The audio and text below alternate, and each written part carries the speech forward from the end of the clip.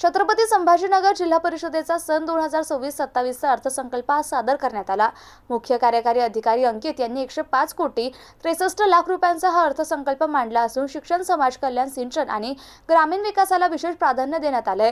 जिल्हा परिषदेचे सीईओ अंकित यांनी एमसीएन सोबत बोलताना माहिती दिली। छत्रपती संभाजीनगर जिल्हा परिषदेचा 2026-27चा मूळ अर्थसंकल्प 105 कोटी 63 लाख रुपयांचा सादर करण्यात आलाय। या अर्थसंकल्पात शिक्षण, आरोग्य, पाणी पुरवठा, सिंचन आणि समाज कल्याण यासारख्या महत्त्वाच्या विभागांसाठी कोट्यवधींची तरतूद करण्यात आली आहे। विद्यार्थ्यांसाठी विज्ञान सहली, परदेशी भाषा शिक्षण तसेच संगीत आणि नृत्य प्रशिक्षणासाठी विशेष निधी देण्यात आलाय।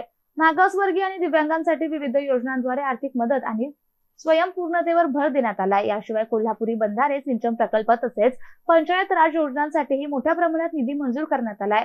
नवीन जिल्हा परिषद इमारतीसाठी फर्निचर आणि प्रशासकीय विकासावरही विशेष लक्ष केंद्रित करण्यात आले। एकूणच ग्रामीण विकास आणि विद्यार्थ्यांच्या सर्वांगीण प्रगतीवर लक्ष केंद्रित करणारा हा अर्थसंकल्प असल्याचं चित्र आहे। जिल्हा परिषद छत्रपती संभाजीनगरच्या 2025-26च्या सुधारित आणि 2026-27च्या मूळ अर्थसंकल्प आम्ही सादर केलेला आहे। यामध्ये 2026-27 मध्ये जवळपास 105 कोटीचा अर्थसंकल्प तयार झालेला आहे आणि 2025-26चा जे सुधारित अर्थसंकल्प होता ते 127 कोटीचा होता। यामध्ये प्रमुख कारण होते की पूर्वी 4-5 वर्षाचे जे आमचे महसूल जमाची शिल्लक होता ते आम्हाला प्राप्त झालेलं आहे, त्यामुळे यामध्ये वाढ झालेली आहे।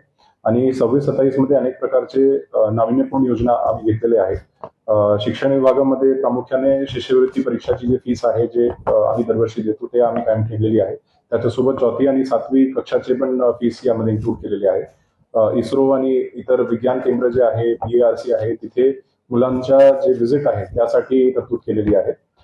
स्कूल्समध्ये शास्त्रीय संगीत, शास्त्रीय नृत्य प्रशिक्षण, मुलांना एम्प्लॉयबिलिटी वाढविण्यासाठी विदेशी भाषाचे प्रशिक्षण, तसेच प्रत्येक स्कूल्समध्ये जे दुरुस्ती, बांधकाम त्याची जी आवश्यकता आहे त्यासाठी वाढीव तरतूद केलेली आहे।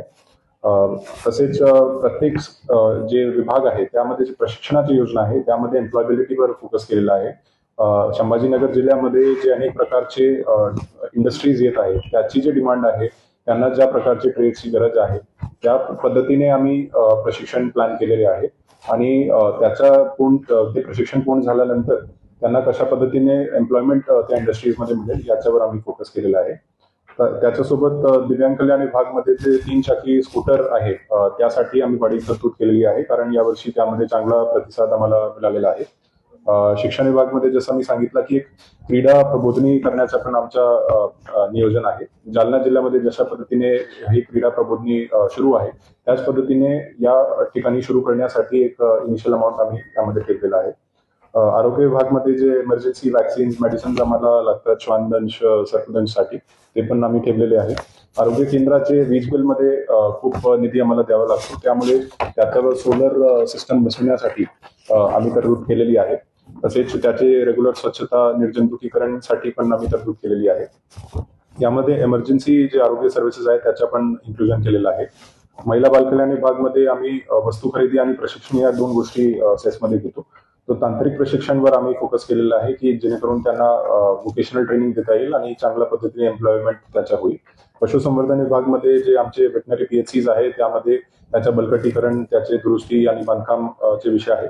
त्याच्यासोबत जे स्ट्रे डॉग्सचा विषय आहे त्यामध्ये स्टेरिलायझेशन, वॅक्सिनेशन आणि शेल्टर होम्स क्रिएशन याच्यासाठी पण आम्ही तरतूद केलेली आहे। सामान्य प्रशासन विभागामध्ये आता जे जिल्हा परिषदचे मान्य सदस्य येणार आहे त्याच्यासाठी जे वाढीव तरतूद लागणार त्याचे मानधन भत्त्यासाठी आणि रेग्युलर जे आमचे हेड्स आहेत त्यामध्ये तरतूद केलेली आहे।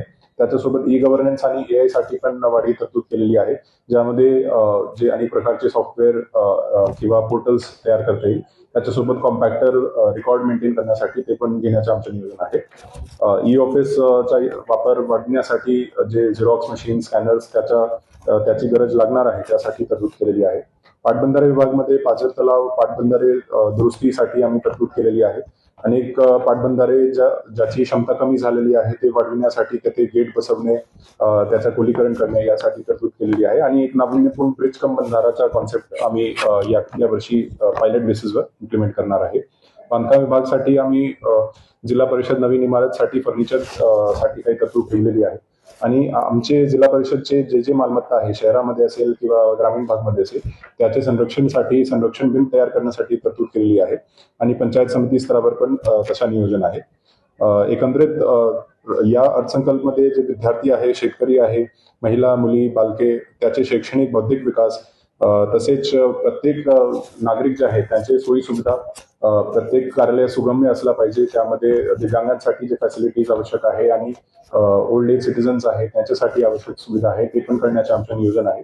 आणि याच्यासोबत